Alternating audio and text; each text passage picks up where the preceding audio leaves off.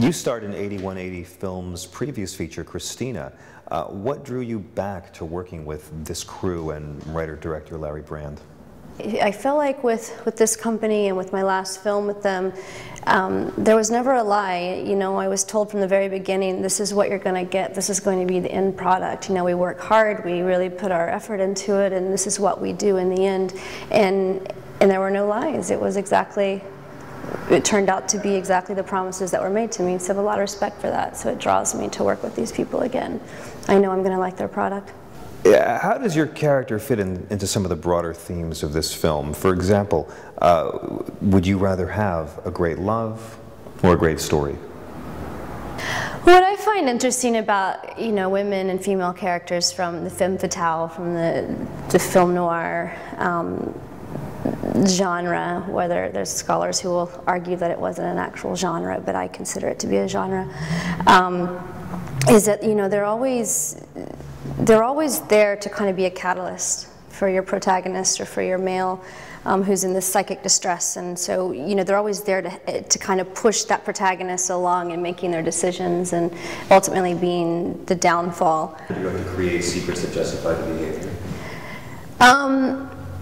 I don't think so, because that's what I was trying to say is, you know, she's sort of the femme fatales are a catalyst for these protagonists, and so they're kind of there to help them along, but to make their decisions whether they're going to fall in the end or they're not isn't the question. But, you know, I think that you choose things that aren't conventional. Like, it's not a woman's place in society. It's not the conventional place that society has put a woman in. So, you know, whether you consider them to be good or bad traits, it's all in a matter of opinion. It depends on where your opinion stands with the kind of place a woman has in the world. So I think that I just think it's not conventional. Do you think she's a good person, or do you think she really is a bad person? It's not very typical in modern day that such incredible dynamic roles are written for women. So, you know, you really get into the character and into the role and create a woman who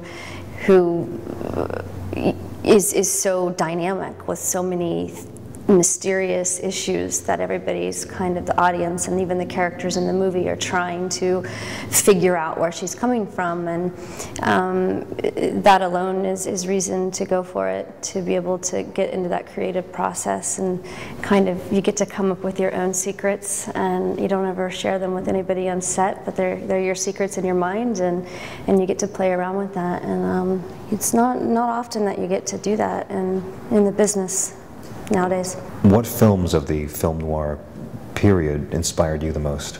Mildred Pierce is a really big one. Strangers on a Train. There's a lot.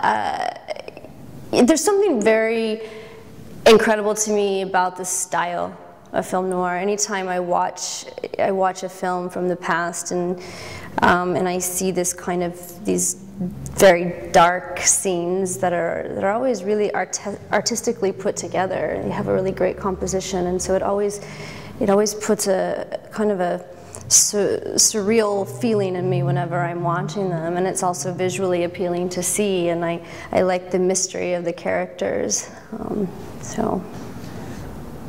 Larry Brand's not a very conventional screenwriter or director. What's it like for you as an actor working with him? Well, I was told to say Larry Brand is a genius before every word, so, before every sentence. No, he's great. Like I said, it's, you know, I mean, the material and just the amount of material and issues that he creates for his female characters and for women, you just can't get it anywhere else. And so in that sense, I think it makes him one of my favorite director-writers to work with. I know that I'm going to be taken care of, and I know that there's no chance that my character is going to be boring or not interesting, or I'm going to be bored or not interested in the project. So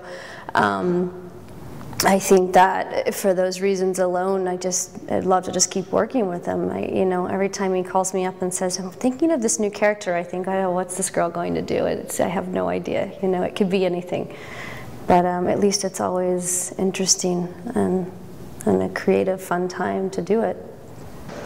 This is your first time working with Henry Ian Cusick. How is it working with him? He's great. He's great. You know, we've only had, well, we've had a lot of material on this day, so we've only had, I think, 3 or 4 days together, but we've had a lot of stuff together. He works very hard, and he's just very connected. You know, there's a lot of moments with him that he's quiet. There a lot is going on behind his eyes, and he's not afraid to take a pause and sit and stare and think. In the scene, which I love, a lot of actors feel like they gotta just jump right in. There can't be that silence in the scene. But I personally think that the more interesting things happen in the silence with what's not being said, with what's just going on between two people's eyes and imagination. And if you're uncomfortable with sitting with that pause and just being silent with somebody and not allowing your brain to think in that silence, then not much is going on. So it was a pleasant surprise for me to see that he was going to do that. In the film, Lexi is described in a rather colloquial way. She's every woman you'll never know. How did you go about making this character real for you? I think I would like for people to see Lexi in all of her complexities, that regardless of whether she's made some bad choices or not some so moral choices, that there are reasons behind the choices that she's making. And I think that it's also I'd like the audience to realize she actually never lies. She decided to take matters into her own hands and do what she needed to do to give that to herself. But she never lies on the way, so. Nikki, it's great to talk to you. Thank you for sharing so much about your process and your creativity. Thank you.